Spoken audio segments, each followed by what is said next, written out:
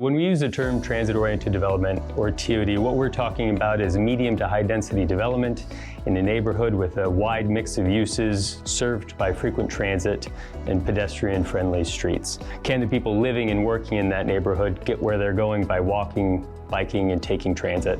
And can they do it conveniently, comfortably, and safely? If they can do that, they live in a good transit-oriented community.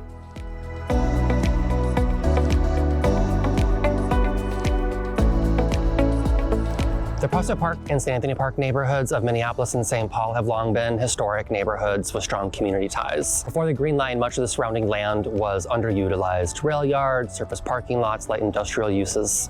It was a patchwork of residential blocks alongside this kind of disconnected and underperforming land and spaces right in the middle of the city. And the coming of the Green Line really presented an opportunity to reimagine that land as a new kind of sustainable mixed-use neighborhood. And that collaboration laid foundations for what we call Towerside Innovation District here today, our first innovation district in Minnesota, really focused on all the important community needs, equity, sustainability, and really creating a model for a dense, vibrant district community. So economic development to date from light rail, I think, has been pretty significant in Eden Prairie, and I know in some of the other communities as well. Developers obviously were looking for opportunities around the light rail stations. We created a new zoning district around all of our stations that would allow redevelopment at higher densities in order to kind of help create little urban villages, if you will, in a suburban community. Immediately we had developers who were looking for those opportunities. We've seen about $13 billion in development along our LRT corridors going back to 2009, and that's including the Metro Blue Line, the Metro Green Line, as well as the Metro Green Line extension. A large part of that, over half of that, is new homes that have been built along these corridors and in multifamily housing. But there's also a really large part of new jobs, new retail, new office opportunities are being built, as well as new educational institutions and healthcare services that are being built along the corridor. Everybody living and working along these corridors have better access to jobs and housing. With every new project, everybody along that corridor benefits from it. Since the Green Line opened, Towerside has seen almost 36 new development projects, totaling over 3 million square feet of new space. And that's also represented almost $1 billion of permit value in construction. And this includes just over 4,000 new units of housing.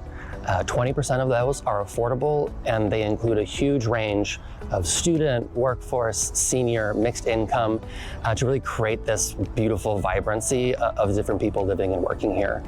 We've been tracking the Metro Green Line extension since 2011, and since then we've already seen over $3 billion in permitted development along that corridor before it even starts revenue operations. We would anticipate to see more development along the Metro Blue Line as it's had time for developers to start to understand where that investment is going to be and where stations are located.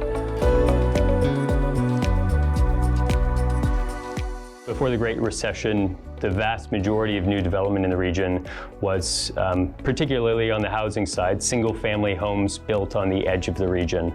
Following the Great Recession, we saw a pretty significant shift from new single-family home construction to multifamily home construction. And we also saw a huge share of the new multifamily construction being built near areas served by the Metro Blue Line and the Metro Green Line in neighborhoods that hadn't seen significant new investment for decades. Over 80% of housing that's built for households that are making around 30% of area median income are being built within walking distance of our transit stations, including our light rail stations. There's been some research from Pew and from other organizations looking at how new market rate development might impact the rents for housing nearby. And what they find is that when you are building enough new housing, again, even if it is market rate housing, it tends to slow the growth of older, more naturally affordable housing nearby. So it can really benefit the residents of those households who may not be able to handle a significant increase in rent. These TOD investments generate a lot of revenue, and what we've seen in study after study is they generate more revenue than they consume in both infrastructure and services. So that the benefit from that tax base is that it helps communities better maintain their existing infrastructure and also provide the services that are so important to those residents. Without new development, the cost of maintaining those services and maintaining infrastructure falls on existing residents. But in those communities where new housing is being built, because it is such an effective way to generate tax base, it can help defray those costs for everybody else in the community, help to maintain the quality of services and infrastructure that those communities are accustomed to.